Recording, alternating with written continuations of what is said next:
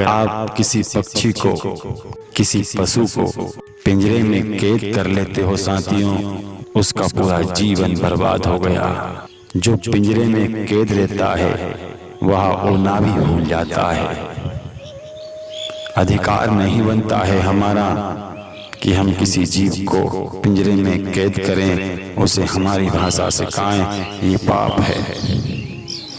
जो हमारे अंदर आत्मा है वही आत्मा उस चींटी के अंदर है। अगर हम किसी को पिंजरे में कैद करेंगे, पुनः जन्म हमें जरूर मिलेगा और हम जीवन भर कैद में रहेंगे।